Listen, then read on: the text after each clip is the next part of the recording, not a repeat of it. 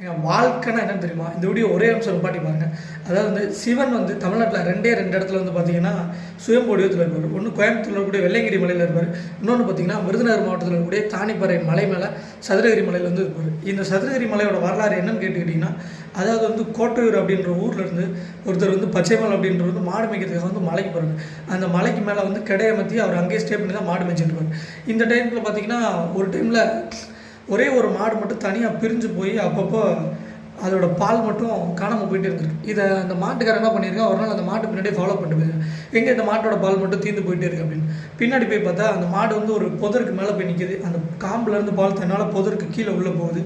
So இவன் என்ன பண்ணிட்டான், ஒரு கையில் ஒரு கட்டை வச்சுருந்தான். அந்த மாடை விளக்கிட்டு அந்த புதரில் அடிச்சிட்டான். அந்த புதரை அடிச்சுட்டு உள்ளே விலைக்கு பார்த்தா உள்ளே ஒரு மனுஷனோட சவுண்டு கிடுச்சு. என்னென்னு பார்த்தா உள்ளே வந்து ஒரு ஆள் அடிபட்டு ரத்தம் ஒழுக இருக்கார். அதுக்கப்புறம் பார்த்தா அந்த பகுதி உடஞ்சி அது அப்படியே சிவலிங்கமாக மாறிடுது. இன்றைக்கும் நீங்கள் சதுரகிரி போனீங்கன்னா சுந்தர மகாலிங்கம் கோயிலில் வந்து சிவலிங்கம் வந்து ஒரு பக்கம் சாஞ்சதாகும், அந்த இடத்துல கீரை விட்டும் அது அப்படியே இருக்கும். உங்களுக்கு பார்க்க வாய்ப்பு கிடைச்சா நீங்கள் கண்டிப்பாக சிவபெருமான் இந்த மாதிரி கடவுள் மனித ரூபத்தில் வந்த கோயில் ரெண்டு. ஒன்று வெள்ளையங்கிரி கோயில், இன்னொன்று பார்த்தீங்கன்னா சதுரகிரி சுந்தர மகாலிங்கம். உங்களுக்கு வாழ்க்கைனா என்னன்னு தெரியும் அப்படின்னா நீங்கள் கண்டிப்பாக ஒரு சதுரகிரி பாருங்கள். பார்ட் 2ல் நான் வாழ்க்கைனா என்ன, ஏன் சதுரகிரி போகணுன்றது வந்து அப்டேட் பண்ணுறேன்.